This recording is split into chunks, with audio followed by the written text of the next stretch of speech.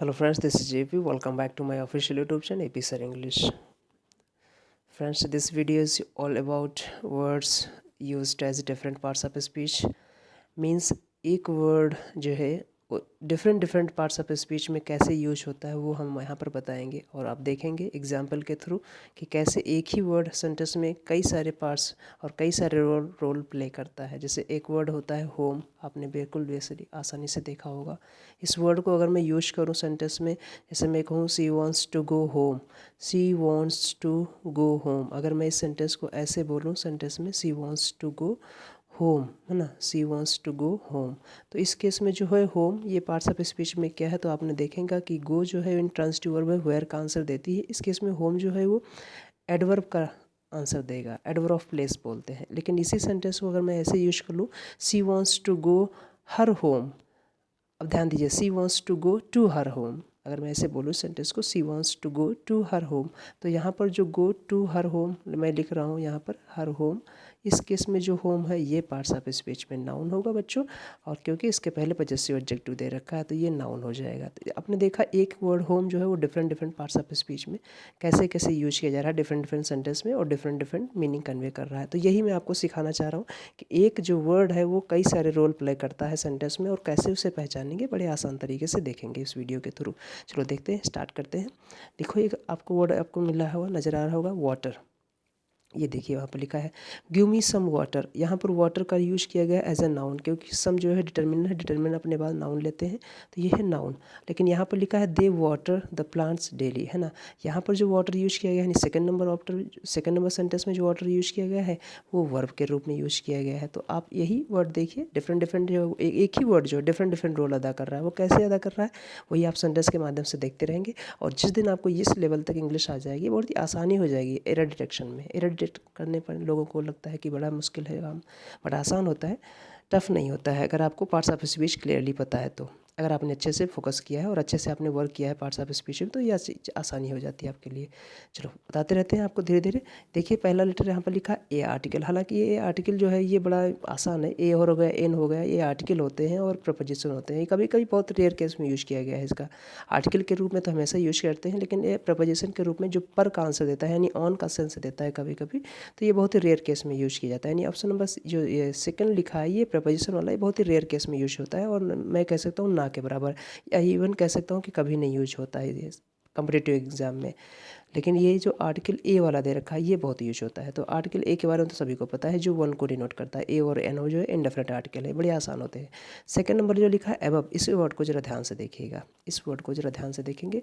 Above के बारे में जरा देखेंगे। एबव जब ये वर्ड है, वर्ड तो जानते हो ना जो होते हैं पार्ट्स ऑफ स्पीच में से वर्ड्स बोलते हैं, तो ये एडवर्ब के रूप में कब काम करेगा, एडजेक्टिव के रूप में भी काम करेगा, और नाउन के रूप में भी काम करेगा, और प्रपोजिशन के रूप में भी काम करेगा। बड़े ध्यान से देखिएगा इस वर्ड को। अब इसका यूजेस ही आपको पूछेगा, ये सीडीएस जैसे एग्जाम या एनडीए जैसे एग्जाम में बहुत बार पूछते हैं कि अंडरलाइन पार्ट जो है वो क्या पार्ट्स ऑफ स्पीच में क्या है।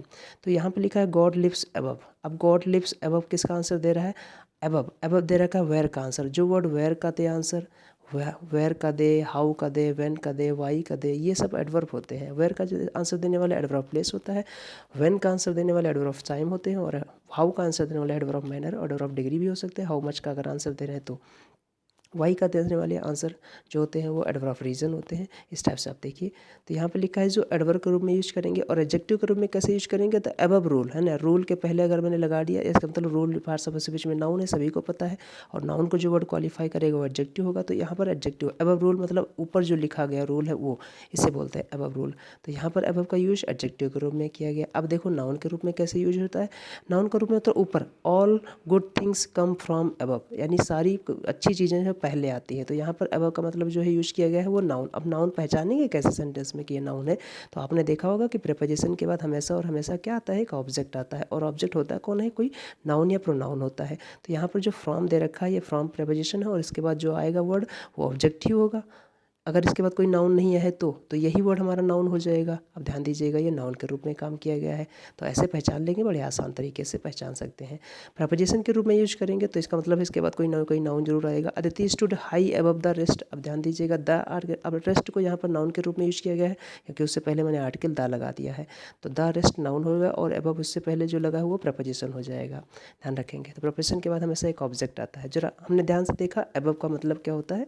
अबव के मीनिंग बहुत सारे हैं, ऊपर होता है। अब देखो अबव का यूज कब करते हैं, तो एक सेट स्टैंडर्ड के ऊपर नीचे ऊपर बताना हो तो उसे हम अबव करते हैं। If anything goes beyond that set standard, जैसे मैंने एक स्टैंडर्ड सेट कर दिया, इफ़ एनीथिंग गोज बियॉन्ड, है ना, इससे ऊपर कोई चली जाए तो उसे हम अबव बोलते हैं। अबव ध्यान दीजिएगा, यानी अबव जो यूज करते हैं वो सेट स्टैंडर्ड के लिए यूज करते हैं। ध्यान रखना इस चीज़ को। अगला देखते हैं, अबाउट के बारे में देख लीजिए। अबाउट भी हमने बहुत आसानी से सीखा होगा। अबाउट में एडवर्ब भी है, प्रपोजिशन भी है। अबाउट का मतलब एडवर्ब होगा तो ये कहते हैं ना कि प्रायः लगभग, जैसे बोलते हैं ना, ही वॉन्डर्ड अबाउट एमलेसली, है ना। एमलेसली मतलब बिना किसी एम के, है ना। ही वॉन्डर्ड अबाउट, तो यहाँ पर जो अबाउट का यूज़ किया गया है एडवर्ब के रूप में यूज़ किया गया है, जो किसको क्वालिफाई कर रहा है, वॉन्डर्ड वर्ड को क्वालिफाई कर रहा है ना। और सॉरी, एमलेसली वर्ड को क्वालिफाई कर रहा है, एडवर्ब को क्वालिफाई कर रहा है। और प्रपोजिशन के रूप में अगर बात करेंगे तो आसपास होता है और चारों ओर होता है। ध्यान से देखेंगे, आसपास का मतलब होता है ना अप्रॉक्सीमेशन, जैसे आप बोलते हो।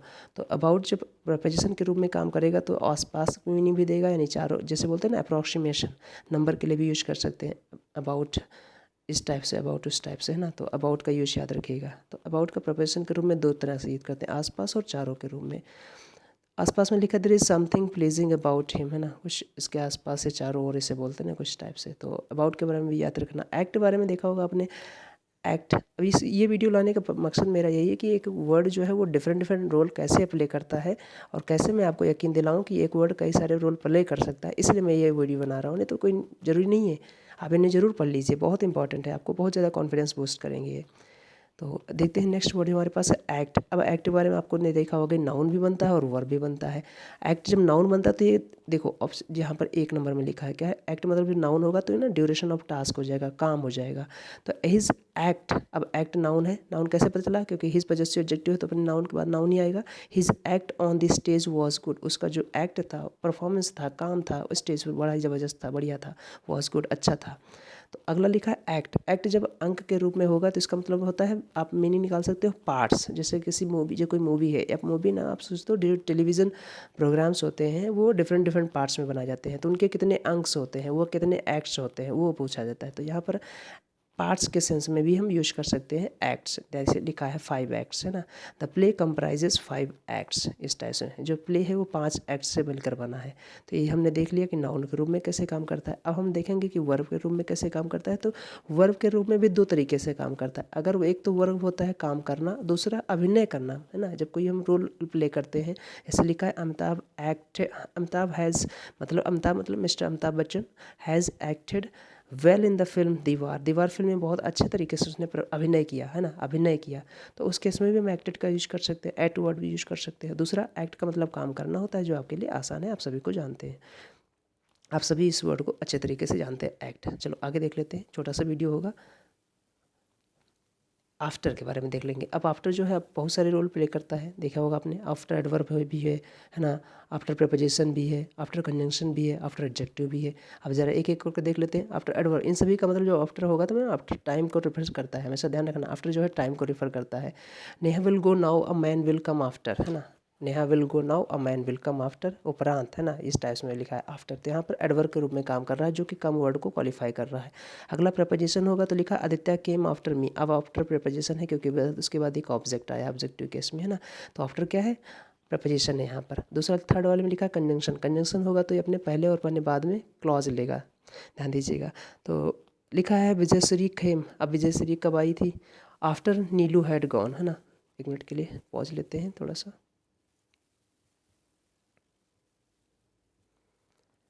जी, तो देखिए यहाँ पर जो वर्ड यूज़ किया गया है प्रपोजिशन के रूप में, वो हम लिखा है यहाँ पर आफ्टर हो गया। और यहाँ पर कंजंक्शन के रूप में, जब कंजंक्शन के रूप में ये आफ्टर यूज़ करेंगे तो आपने पता, जैसे आपने देखा होगा बिफोर, कंजंक्शन के रूप में यूज़ करते हैं तो वो क्लॉज लेता है, यानी अपने बाद भी और अपने पहले भी। इस बात को याद रखिएगा, ये बहुत डिटेल में हम पढ़ाते हैं क्लास में, बट यहाँ पर हम आपको वर्ड का डिफरेंट जो है रोल प्ले अदा करना, ये कैसे होता है, या कैसे सेंटेंस में यूज किए जाते हैं, ये मैं सिखा रहा हूँ आपको।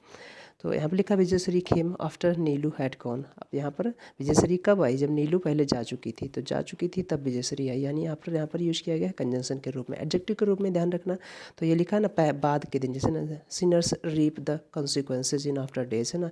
जो पापी होते हैं वो अपने जो दुष्कर्म के परिणाम होते हैं ना, जो पापी होते, जो पाप किए होते हैं, उनके जो रिजल्ट होते हैं वो ज़रूर बाद वाले दिनों में, है नहीं, आने वाले दिनों में ज़रूर उनका भुगतान करते हैं या भुगतते हैं उसे। तो रीप मतलब होता है काटते हैं, तो जैसा बोओगे वैसा काटोगे, उस सेंस में यूज़ किया गया ना। तो यहाँ रीप का मतलब यहाँ पर एडजेक्टिव के रूप में यूज़ किया गया है आफ्टर। जरा ध्यान से देखेंगे। अगला देखो एज। एज नाउन भी होगा, वर्ब भी होगा। एज जब नाउन होगा तो आप सभी को पता है एज क्या है तुम्हारी, ये सब पूछते रहते हैं एज है ना, इस टाइप में। तो लिखा है died at the age of 75, वो 75 साल की अवस्था में वो ख़त्म हो गए थे। दूसरा वर्ब के रूप में होगा तो एज, इसकी सेकंड फॉर्म होगा एज्ड, थर्ड फॉर्म एज्ड, और आईएनजी एजिंग हो जाएगी। एज वर्ब भी रूप में यूज करते हैं। अब एम जो है आ गया, वर्ड आ गया 7 नंबर। ये भी देखो बड़ा आसान होता है।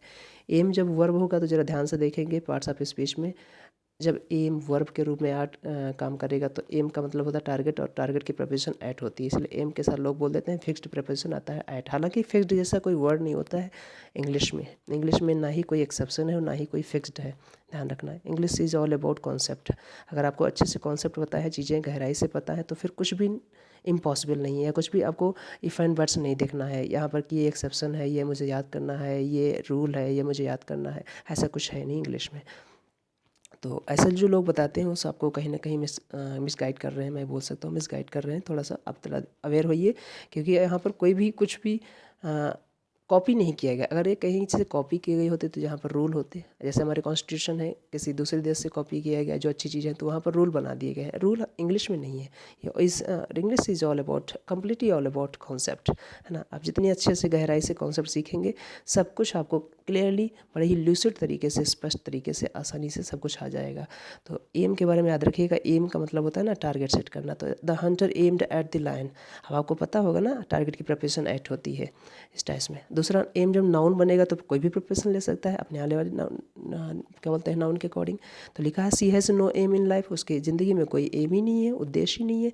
तो एम जरा ध्यान से देखेंगे, निशाना लगाना और उद्देश्य निशाना दोनों, है ना। तो पार्ट्स ऑफ स्पीच में वर्ब भी होता है और नाउन भी होता है, जरा ध्यान से देखेंगे। अगला वर्ड है 8वां, बड़ा ही इंपॉर्टेंट वर्ड है एयर। एयर मतलब हवा होती है। ये हवा जानते हो ना, मिक्सचर ऑफ गैसेज जिसे बोलते हो। तो मिक्सचर ऑफ गैसेज जब हवा होगी तो पार्ट्स ऑफ स्पीच में नाउन होगा, और नाउन के रूप में 2 तरह का भाव देता है। एक लिखा है हवा और दूसरा लिखा है हाव भाव। हाव भाव जब होगा तो इमोशंस होगा। इमोशन जब जब ये एयर के रूप में यूज करेगा तो एयर हमेशा प्लूरल के रूप में होगा एयर्स, यानी जब एयर से यूज करेंगे तो उस केस में आपका हाव भाव होगा। ऐसे बोलते हैं नहीं भाव खाना, भाव खाना यानी से इंग्लिश में आपने एक इडियम सुन रखा होगा, put on airs. Put on airs का मतलब होता है भाव खाना, क्योंकि पुट ऑन का मतलब होता है पहनना, कपड़े पहनने के सेंस में लगाते हो ना पुट ऑन। ऐसे ही पुट आउट का मतलब होता है आग बुझाने के सेंस में, और पुट ऑन का मतलब पहनना होता है।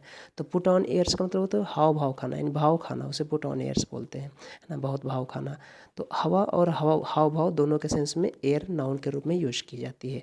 दूसरा देखो लिखा भी है the man gives himself the airs of rich man. देखो रेयर्स लिखा है यहाँ पर, हाव भाव वाला है। और दूसरा ये लिखा है he has an air of importance, है ना, इस टाइप में। अच्छा यहाँ पर भी हाव भाव का सेंस दे रखा है, लेकिन यहाँ पर हवा का भी सेंस दे रखा है। अगला लिखा है हवा में सुखाना। वर्ब के रूप में जब यूज करेंगे तो एयर से मतलब होता है हवा में सुखाना, हवा देना किसे बोलते हैं, फैन करना इस टाइप में। तो ही एयर्स हिज क्लोथ्स, बड़ा आसान है, जरा ध्यान से सीखते रहेंगे। अगला लिखा है ऑल। अभी जब हम आपको होमोनिम्स और पैरोनिम्स पढ़ाएंगे इसी साथ साथ पैरेलल वीडियो में, तो आपको वहाँ पर सीखने को मिलेगा। एक वर्ड होता है ना ऑल टुगेदर, यानी all O double L all जो है अलग अलग, और ऑल सिंगल एल के साथ ऑल टुगेदर। ये इनमें डिफरेंस क्या है, बहुत इंपॉर्टेंट है, ये आपको ज़रूर मिलेंगे सीखने को। तो यहाँ पर ऑल के बारे में देख लेंगे। ऑल जो है नाउन के रूप में, हालांकि नाउन के रूप में ये होता नहीं है, जनरली होता डिटर्मिनर ही है। डिटर्मिनर जो होते हैं वो एडजेक्टिव बनने का काम करते हैं, एडजेक्टिव का रोल प्ले करते हैं। तो ये नाउन कहने को भर का है, बट ये काम एडजेक्टिव की तरह ही काम कर रहा है। तो ये कुल मिला के एडजेक्टिव ही होते हैं, है ना। अच्छा एडवर्ब भी ये बनते हैं, और प्रोनाउन बहुत ज़्यादा इंपॉर्टेंट है, इसके लिए ध्यान रखना। तो ये नाउन और एडजेक्टिव मोरओवर सेम होते हैं, ध्यान से देखेंगे इस चीज़ को। तो जरा देखिए यहाँ पर नाउन के रूप में यहाँ पर बोला गया है my friend was robbed of all his wealth, है ना, ऑफ ऑल हिज वेल्थ यहाँ पर लगा दिया। तो नाउन के रूप में यूज किया गया है। एडजेक्टिव के रूप में ऑल मैन, ऑल के साथ यहाँ पर मैन लगा ना इस टाइप में, तो ऑल डिटर्मिनर है। ऑल जब डिटर्मिनर होगा, अगर अपने बात काउंटेबल नाउन लेता है तो हमेशा प्लूरल लेता है, और अगर अनकाउंटेबल होगा तो सिंगुलर, क्योंकि अनकाउंटेबल नाउन कभी प्लूरल होते ही नहीं, आप सभी को पता है। ऑल मनी बोलेंगे, है ना, ऑल मिल्क बोलेंगे, बट ऑल बॉयज़ बोलेंगे, ऑल स्टूडेंट्स बोलेंगे, ऑल मेन बोलेंगे, ऑल वीमेन बोलेंगे इस टाइप में। तो एडजेक्टिव के रूप में भी यूज कर दिया। अब एडवर्ब के रूप में मतलब होता है क्या, लिव्स ऑल एलोन, है ना। यहाँ पर एलोन वर्ड को क्वालिफाई कर रहा है इस टाइप में। तो he a saint lives all alone, तो पूर्णतः मतलब कंप्लीटली जब वो सो, तो ऑल एलोन होता है, वहाँ पर एडवर्ब के रूप में काम करता है। हालांकि सबसे ज़्यादा जिसका यूज है वो यूज होता है डिटर्मिनर के रूप में और प्रोनाउन के रूप में।